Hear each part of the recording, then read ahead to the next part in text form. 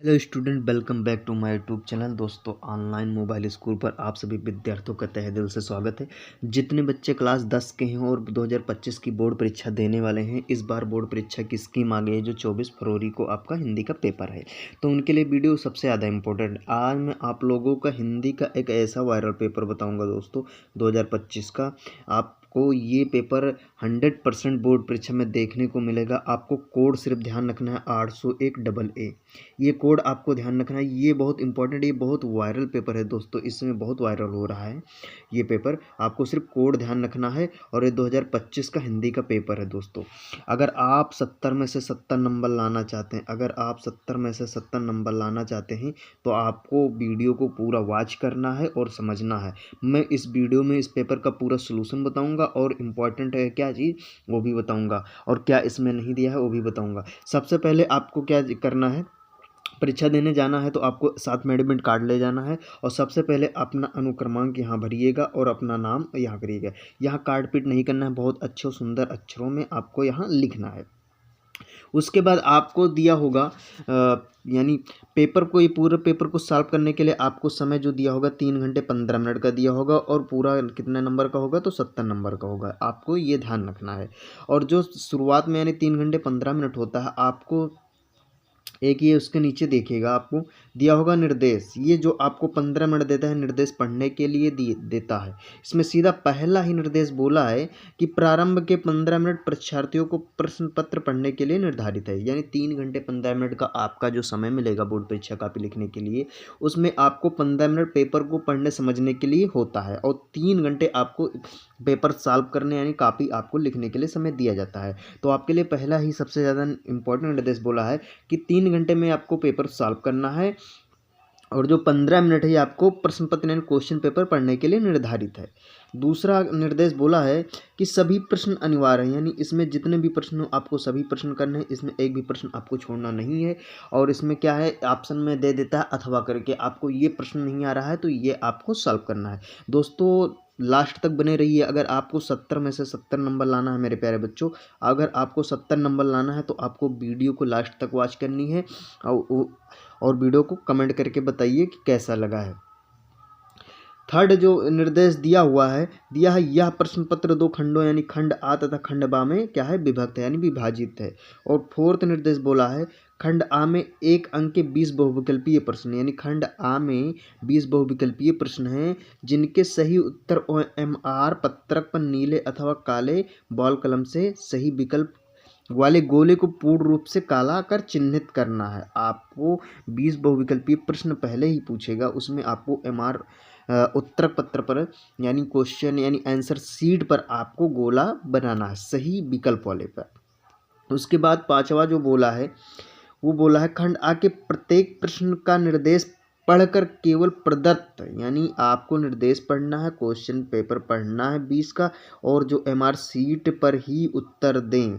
MR seat पर उत्तर देने के पश्चात उसे काटे नहीं और इरेजर अथवा व्हाइटनर का प्रयोग न करें। आपको सीधा ऐसे समझना है कि आपका जो 20 बहुविकल्पीय प्रश्न ये है, आपको आंसर सीट मिलेगी, उस पर आपको गोलाकार बनाना है। लेकिन इतना ध्यान रखिए जो आपको सही विकल्प लगे उसी पे गोला बनाइए और गोला बनाने के बाद आप उसको काटे ना और इरेजर या व्हाइटनर का प्रयोग ना करें।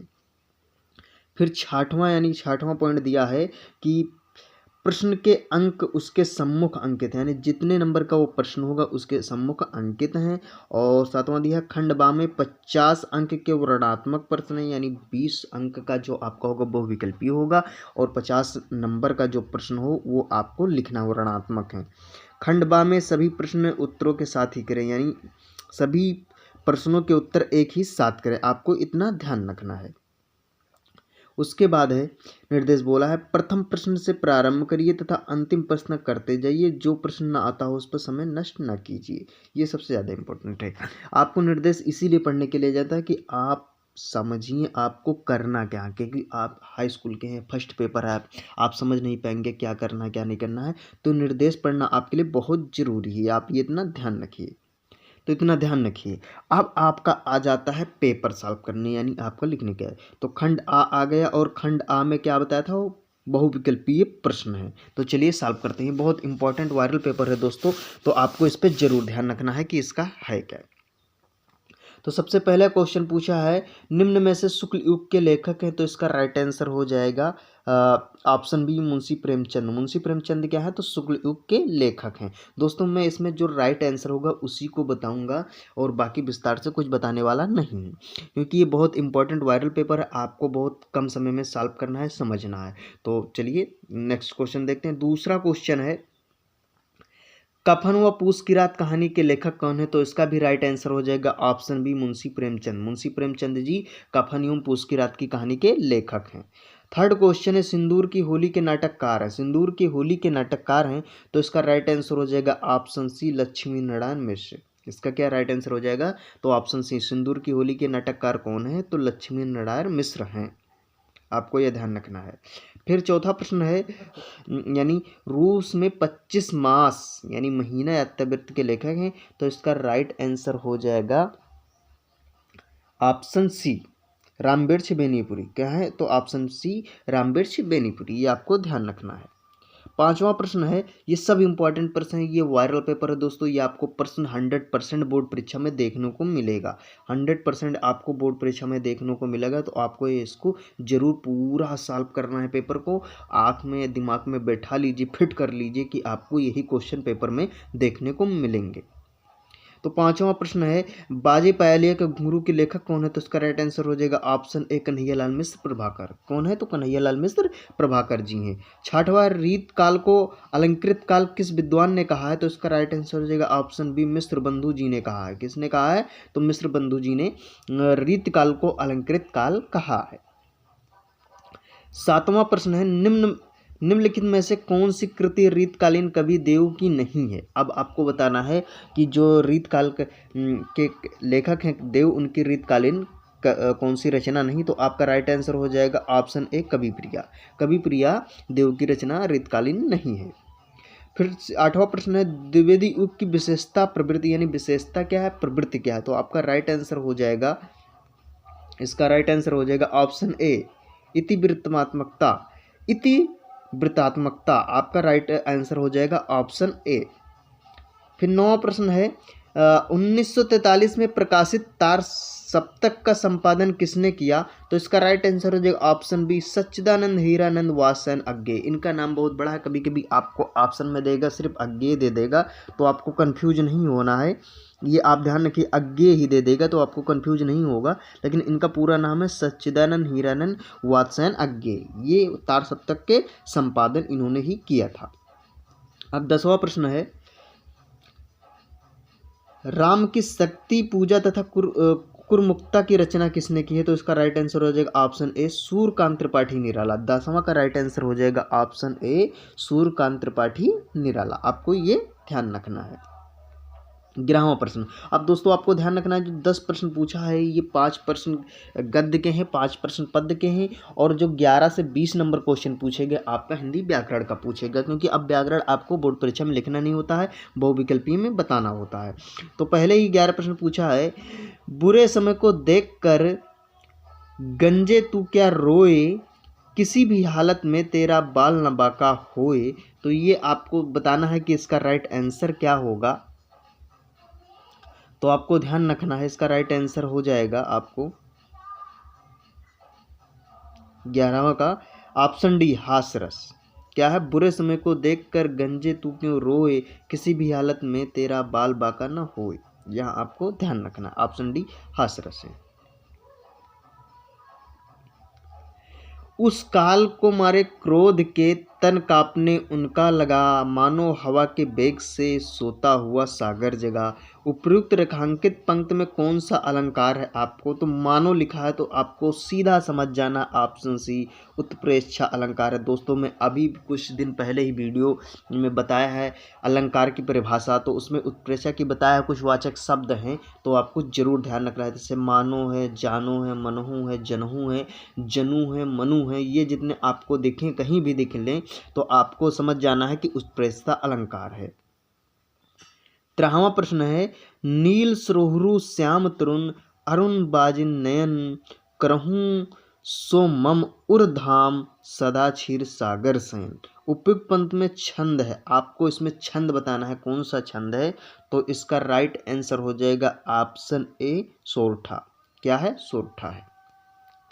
14वां प्रश्न आप देख लीजिए, निम्नलिखित में से किस शब्द में अनु उपसर्ग का प्रयोग नहीं हो। बहुत इंपॉर्टेंट प्रश्न है ये, जितने प्रश्न हैं IMP हैं दोस्तों, आपको जरूर इसका ध्यान करना है। तो आपका क्या है, 14वां प्रश्न पूछा है कि निम्नलिखित में से किस शब्द में अनु उपसर्ग का प्रयोग नहीं हुआ है। तो ऑप्शन सी अनुत्तरीस, अनुत्तरीस में अनु शब्द का प्रयोग नहीं हुआ है। 15वां प्रश्न है, नीलकंठ त्रिनेत्र चतुर्भुज समस्त पद में प्रयुक्त समास है। तो इसका राइट आंसर हो जाएगा ऑप्शन बी बहुवीर समास है। 15 में कौन सा है? तो बहुवीर समास है। नेक्स्ट क्वेश्चन है, क्वेश्चन नंबर 16 है, बादल का पर्यायवाची शब्द नहीं है। अब आपको बताना है बादल का पर्यायवाची शब्द नहीं है, तो आपको ध्यान रखना है जलज और पंकज है, ये आपका बादल का पर्यायवाची नहीं है, ये कमल का पर्यायवाची है। 17वां प्रश्न है, युष्मद, युष्मद मतलब तुम सर्वनाम शब्द का तृतीय एक वचन है। तो इसका राइट आंसर क्या हो जाएगा? Option D. 17वां का राइट आंसर हो जाएगा ऑप्शन बी तवैया। तवैया आपका क्या है? युष्मद का सर्व नाम शब्द का तृतीय एक वचन रूप है। प्रश्न नंबर 18 है, आंधी आई और हम घर भागने लगे। रचना के आधार पर इस वाक्य का प्रकार है, यानी रचना के आधार पर इस वाक्य का प्रकार है। तो क्या है? तो इसका राइट आंसर हो जाएगा ऑप्शन सी संयुक्त वाक्य है। क्या है? तो संयुक्त वाक्य है। 19वां प्रश्न है, महात्मा बुद्ध ने विश्व को शांति का संदेश दिया। इस वाक्य में वाच्य बताइए, आप वाच्य क्या है यानी। तो इसका राइट आंसर हो जाएगा 19 का ए, ऑप्शन ए कृतवाच्य है। इसमें क्या बताया है? कृत यानी कर्ता नहीं, तो बताया है यानी महात्मा बुद्ध ने विश्व को शांति का संदेश दिया, यानी कृतवाच्य है, करना बताया गया है। वह अचानक चला गया, प्रयुक्त में यानी वाक्य में प्रयुक्त अचानक पद का व्याकरण परिचय है। तो आपको ये ध्यान रखना है कि इसका परिचय क्या है। तो इसका राइट आंसर हो जाएगा ऑप्शन सी कैसा चला गया? तो अचानक चला गया, यानी क्रिया विशेषण है। आपको ये आपका 20 बहुविकल्पीय प्रश्न था दोस्तों, जो बहुत इंपॉर्टेंट है, वायरल पेपर का है, ये बोर्ड परीक्षा में देखने को मिलेगा। तो आपको इसको जरूर गार्ड कर लेना, आप इसको दिमाग में फिट कर लीजिए, यही 24 फरवरी को आपको देखने का मिलेगा। अब इसके बाद आ जाएगा आपका खंडबा। खंडबा चलिए सॉल्व कर लेते हैं। खंडबा में वो आपको क्या बताया था, वो ऋणात्मक प्रश्न कितने नंबर का होता है? तो 50 नंबर का होता है, आपको इसमें 50 नंबर मिलेंगे। तो आप इसमें ध्यान रखिए, आपको सबसे पहले दिया होगा 21 नंबर प्रश्न दिया होगा कि निम्नलिखित में से किसी एक गद्यांश पर आधारित सभी प्रश्नों के उत्तर दीजिए। आपको इसमें 2 पूछेगा, का पूछेगा अथवा करके खा पूछेगा, तो आपको ध्यान रखना है। तो का जो पूछा है, ये पूछा क्या है, ये आपको एक पद देगा, गद्यांश देगा, उसमें से 3 प्रश्न आपको पूछेगा। प्रश्न क्या पूछेगा? उपयुक्त संदर्भ यानी गद्यांश का संदर्भ लिखिए, गद्यांश के रेखांकित अंश की व्याख्या कीजिए, और तीसरा क्वेश्चन आपको पूछ लेगा। तो ये गद्य किस पाठ से लिया गया? सबसे पहले आपको ये और लेखक का नाम ध्यान रखना है। तो किस पाठ से लिया गया? तो ईर्ष्या की बड़ी बेटी का नाम निंदा है। जो व्यक्ति ईर्ष्यालु होता है वही व्यक्ति बुरे किस्म का निंदक भी होता है। इतने आपको इसका रेखांकित अंश की व्याख्या भी करना है। तो सबसे पहले आपको पता होना चाहिए, तो मैंने क्या बताया था, 3-4 लेसन के आपको नाम बताए थे, लेखक बताए थे कि आपको इन्हीं का ध्यान कर लेना। बोर्ड परीक्षा इस बार इन्हीं पे ज़्यादा दावेदार बोल रही है, तो आपको ये ध्यान रखना।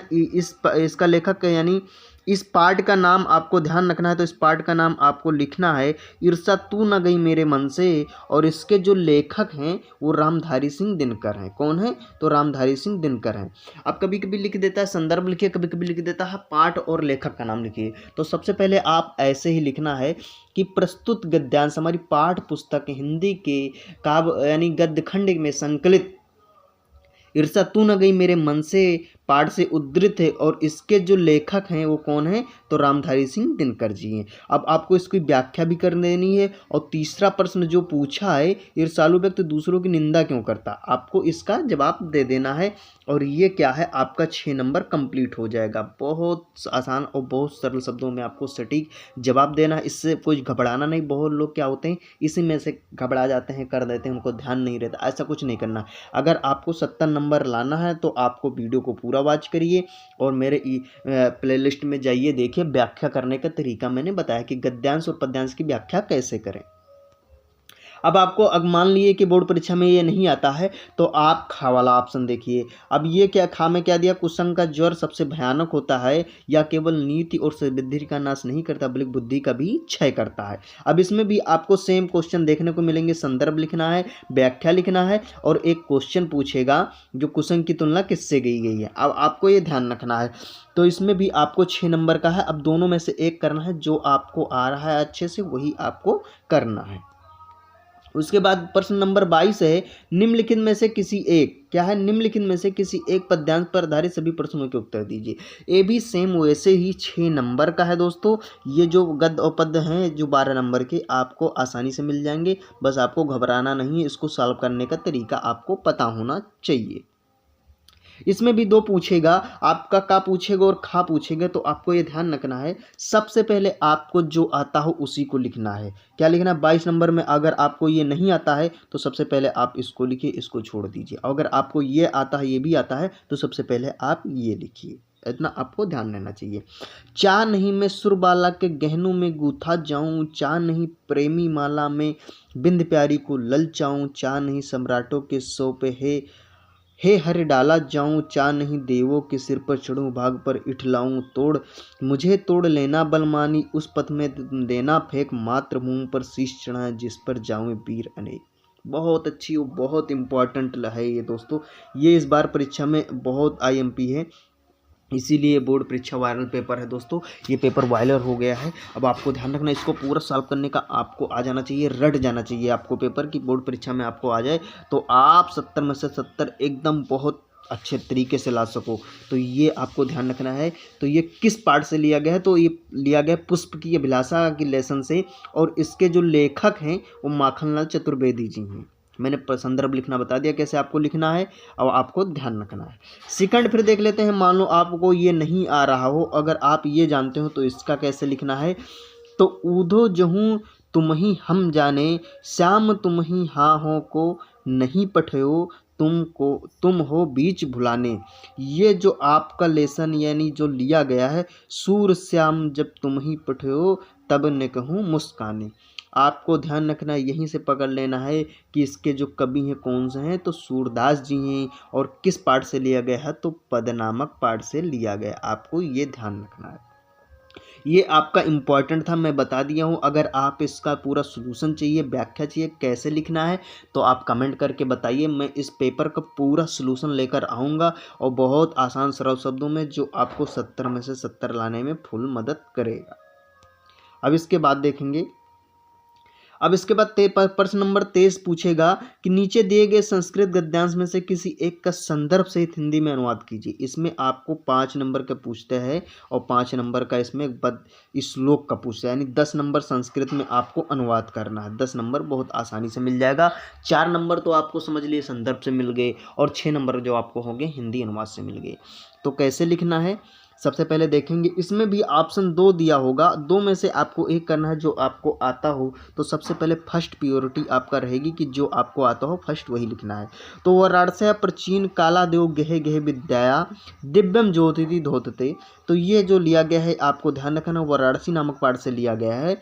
और एकदा बहावा जना धूमायाम रेल, मतलब इसको कहते हैं अरहुम नगरम पर्त गच्छामि स्मम के सेतु केचित ग्रामीणा। यानी सबसे पहले आपको समझना है ये प्रबुद्धो ग्रामीणा नामक पाठ से लिया गया है और ये वाराणसी ने। ये 2 लेसन जो मैं बताया था, 4 लेसन आपको बताया हूँ दोस्तों, ये बहुत इंपॉर्टेंट है बोर्ड परीक्षा के लिए। इसी से बार बार बोर्ड परीक्षा के जो वायरल पेपर इसी से पेपर बना रहा है, तो आपको ये ध्यान रखना है। संदर्भ कैसे लिखना है आपको, तो लिखना है प्रस्तुत गद्यांश, संस्कृत गद्यांश हमारी पाठ्य पुस्तक हिंदी के संस्कृत खंड के वाराणसी नामक पाठ से उद्धृत है। आपको ऐसे ही लिखना है। आपको ध्यान रखना। उसके बाद आपको तब हिंदी अनुवाद करना है, तब आपका 5 में से 5 नंबर तुरंत मिल जाएगा। एग्जामिनर खुश होकर दे देगा कि स्टूडेंट यानी बच्चे को अच्छा नॉलेज है। आप बहुत जितना सटीक और सरल शब्दों में लिखेंगे उतने ही अच्छे नंबर पाएंगे। फिर प्रश्न नंबर 24 पूछेगा, नीचे दिए गए संस्कृत पद्यांश में से किसी एक का संदर्भ से हिंदी में अनुवाद कीजिए। एक गद्यांश देगा, एक पद देगा। आपको इसमें श्लोक का लिखना है। क्या लिखना है? श्लोक। ये श्लोक दिया हुआ है, इसमें लिखना है। तो लिखा है, सार्ता परसतो मित्रम किश्वंची मित्रम गृहे सता आतुचर चाकिम मित्रम किश्वति मित्र मरसता। आपको ये ध्यान रखना। तो ये जो पहला लिया गया है ये आपको ध्यान रखना है। ये जीवन सूत्राणी नामक पाठ से लिया गया है। और बंधनम मरणम वापी जयो वापी उपराजय, ये सबसे इंपॉर्टेंट है, वायरल है। आपको इस श्लोक में भी आपको लिखना होता है।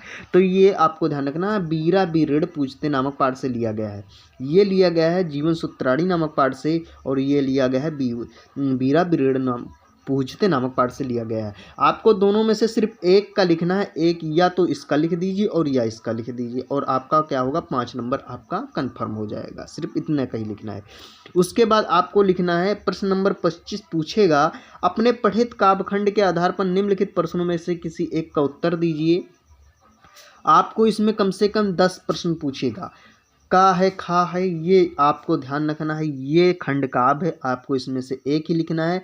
जैसे अब मैंने बताया था तरीका कि आप 2 प्रश्न याद करिए, एक चरित्र चित्रण और एक कथनांक या कथा वस्तु या संक्षेप में सारांश। तो इसमें देखिए पूछता क्या है, जैसे मुक्त दूत मान लीजिए, ये जिला वाइज रहता है दोस्तों। मुक्त दूत किसी अलग जिला में, जैसे मुक्त दूत हो गया, ज्योत जवाहर हो गया, ये सब 5-6 जिले में एक एक जो है 5-6 जिले में चलते हैं।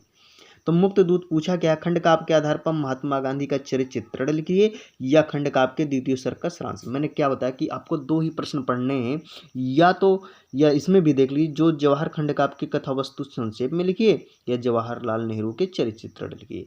आपको सिर्फ ये भी ध्यान रखना है कि सिर्फ 2 ही प्रश्न पढ़ना है और आपका नंबर 3 नंबर क्या हो गया तो मिल जाएगा। क्या पढ़ना है, या तो चरित्र चित्रण पढ़ लीजिए या सारांश पढ़ लीजिए। और आपको ये ध्यान रखना है आप एक ही पढ़िए, क्योंकि 2 ही पूछेगा, या सारांश पढ़ लीजिए या चरित्र चित्रण पढ़ लीजिए। तो ये आपका कंफर्म है कि 3 नंबर आपको हमेशा मिल जाएगा। वैसे ही बस आपको क्या करना है, सिर्फ एक क्वेश्चन पढ़ना है। फिर उसके बाद आपका प्रश्न नंबर 26 पूछेगा। इसमें लेखक एवं कवि का जो क्या पूछेगा, तो जीवन परिचय पूछेगा। और कितने नंबर का होता है, 5 नंबर का कवि का होता है, 5 नंबर लेखक का होता है। तो आपको 10 नंबर का जो होगा वो 26 नंबर प्रश्न कितने नंबर का होगा, तो ये 10 नंबर का है। और 10 नंबर बहुत आसान शब्दों में मैंने क्या बताया था, डॉक्टर राजेंद्र प्रसाद, रामचंद्र शुक्ल, रामधारी सिंह दिनकर। मैंने पद्मलाल पुन्नालाल बख्शी का नहीं बताया था। इसमें बताया था मैथिली शरण गुप्त बिहारी है, सूरदास है, सुभद्रा कुमारी चौहारी का नहीं बताया था। तो आपको ये ध्यान है कि जो मैं कवि का यानी लेखक का जीवन परिचय बताऊं उसमें से आपको एक ही वायरल पेपर में 6 मिल गया, और 6 में से आपको 2 ही लिखना है।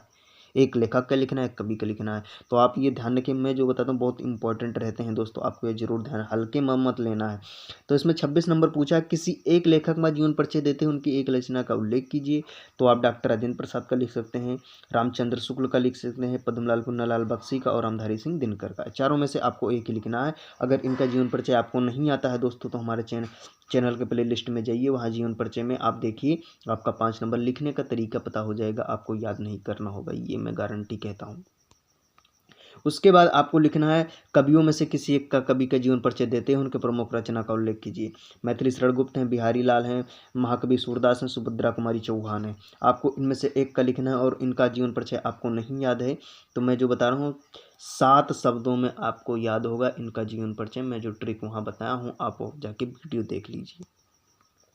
उसके बाद आपको लिखना है, 27 नंबर प्रश्न है, अपनी पाठ्य पुस्तक के संस्कृत खंड से कंठस्थ एक श्लोक लिखिए जो इस प्रश्न पत्र में नया हो। 2 नंबर का होता है दोस्तों, ये आपको ध्यान रखना। 28 नंबर प्रश्न है, आपके विद्यालय के पुस्तकालय में हिंदी के पुस्तकों एवं पत्र पत्रिकाओं का अभाव है, इन्हें मंगाने का अनुरोध करते हो अपने विद्यालय के प्रधानाचार्य को पत्र लिखिए।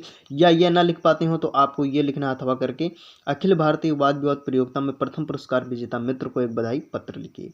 मैंने 3 प्रकार का पत्र बताया था आपको लिखने का तरीका, आप वो उसमें से तीनों में से तैयार कर लीजिए। आपको एक ही आपको लिखना है। उसके बाद प्रश्न नंबर 29वां है, ये इंपॉर्टेंट है दोस्तों, 2 नंबर का होता है, और ये जो होता है 4 नंबर का होता है। निम्नलिखित प्रश्नों में से किन्हीं 2 प्रश्नों के उत्तर संस्कृत में दीजिए। चंद्रशेखरा का आसित बीरा केन पूछते, वाराणसी नगरी कस्य नद्या कूले स्थिता, तो गंगा, वाराणसी नगरी गंगया नद्या कूले स्थिता। वीरा केन पूछते तो वीरा बिरड़े पूछते। चंद्रशेखरा का आसीत तो चंद्रशेखरा आजाद असीत। ज्ञान कुत्रम संभवती, तो आपको ये ध्यान रखना, इसमें से आपको 2 को ही उत्तर देना है और 2 नंबर आपका तुरंत मिल जाएगा। मैंने क्या बताया।